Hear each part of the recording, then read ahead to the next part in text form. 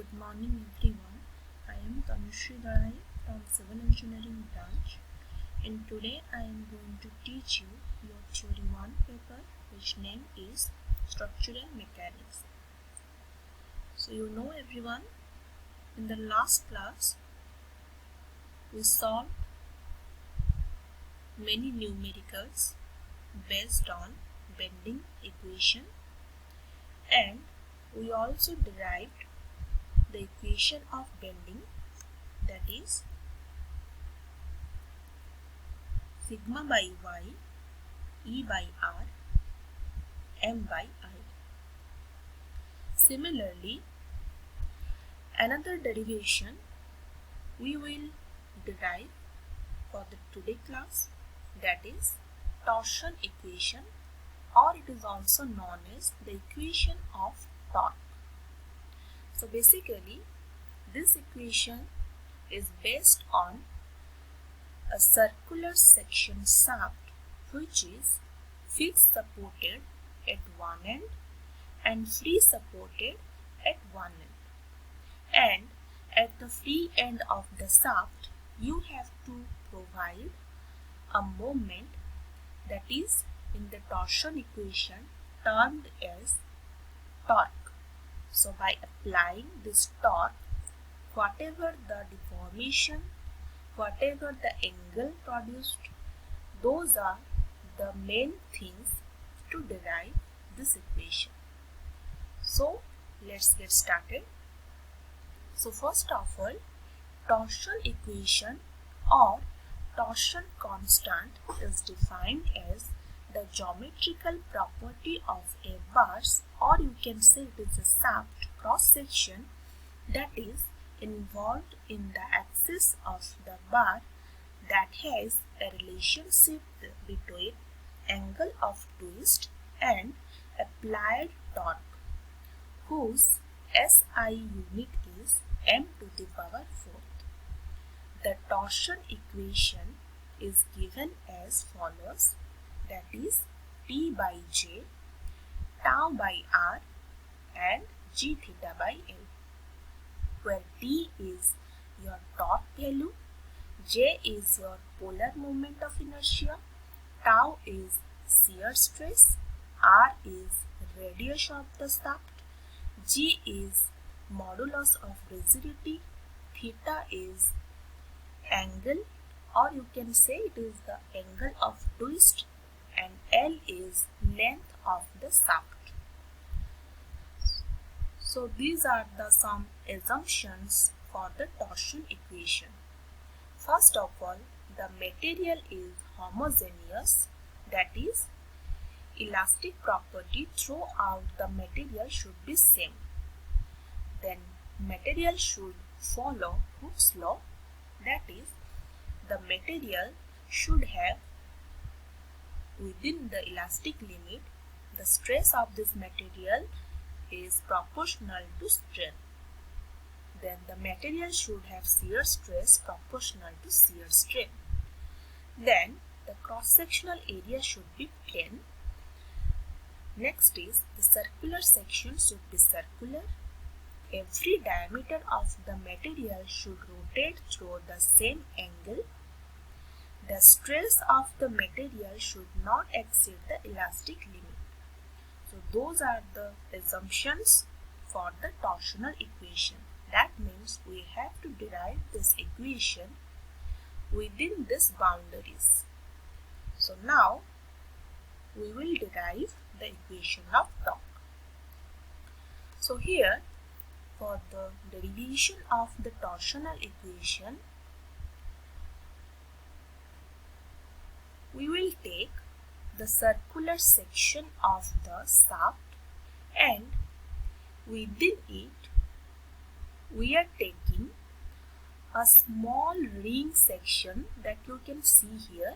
This is your small ring section, and the diameter of the inner ring section from the center of the shaft is small r, or the radius is known as the small r.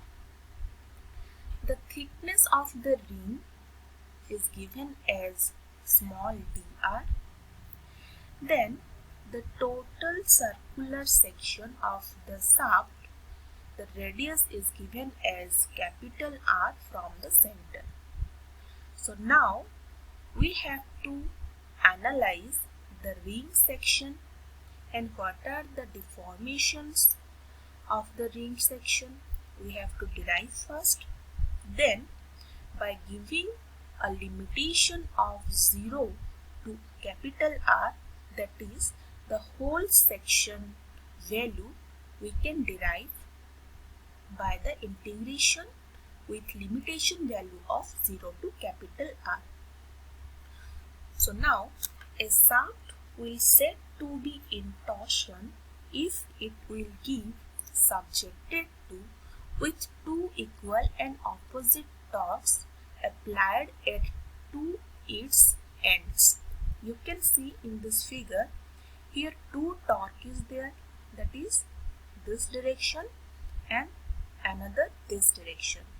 So these are the two torque which is applied opposite to each other.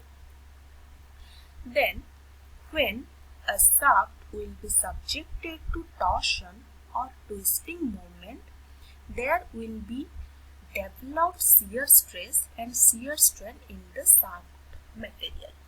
So due to the torque in that material along the periphery of the circular section of the shaft, the shear stress is developed, and due to the shear stress, the shear strain also occur in that material. We will consider here one case of the circular shaft which will be subjected to torsion, and we will derive here the torsion equation for the circular shaft. So now here's some notation regarding this figure. So capital R, as I said before, radius of the circular shaft. Capital D is the diameter of the circular shaft. Small dr is the thickness of the small elementary circular ring. Small r is the radius of the small elementary of circular ring.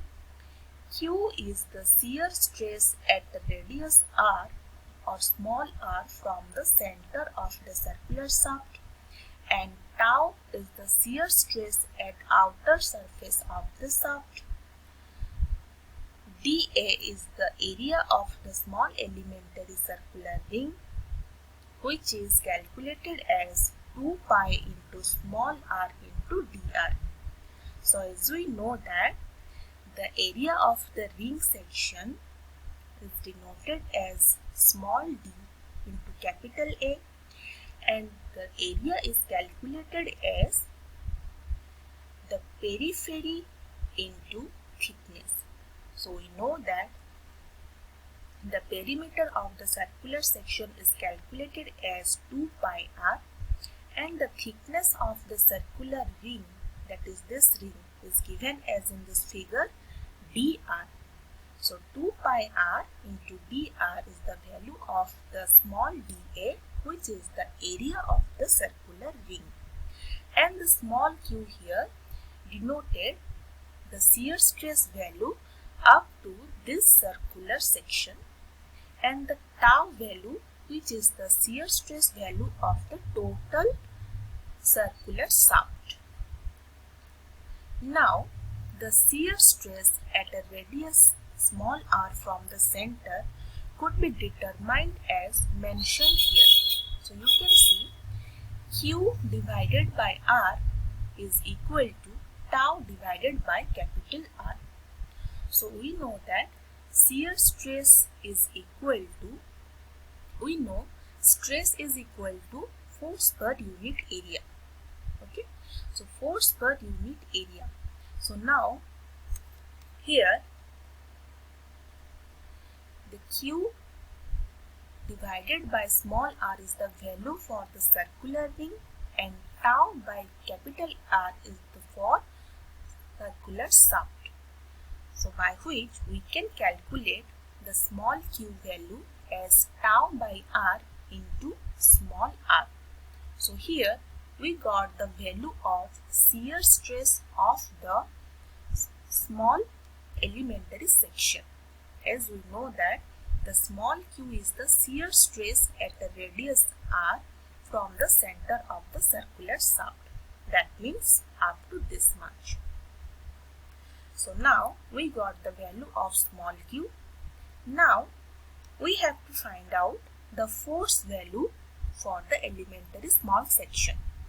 So turning force due to shear stress at a radius small r from the center could be determined as mentioned here. So as we know that stress is equal to force per unit area. Hence, force is equal to stress into area. So for the small elementary section, we assume the force value as small df, which is equal to shear stress into area. So shear stress we know small q for the elementary section, and the area of the small elementary section is small dA. So here we got the value of q, and in the previous slide, that means here we got the value of small dA. So by putting the value of q and dA, we got the value of force for the small elementary section, that is dF is equal to tau by r into 2 pi r square dr. So we got the value of force for the small elementary section.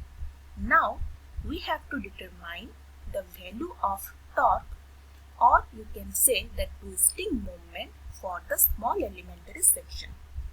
So as we know that the moment is equal to force into distance. So for the torque also, the formula for the moment is similar, like the force into distance. So for the twisting moment, the force is here for the torsion equation, that is turning force, and the distance here is small r, that is the radius up to the small elementary section. So now we know the value of turning force that we have calculated here. By putting the force value in this place, we got the value of dt, that is twisting moment, as tau by r into 2 pi r cube dr.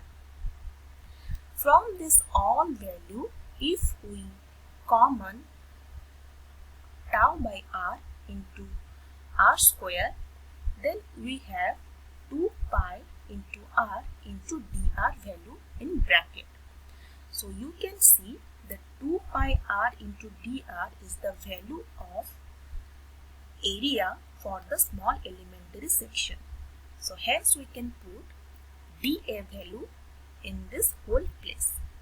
So we put dA value instead of 2 pi r dr.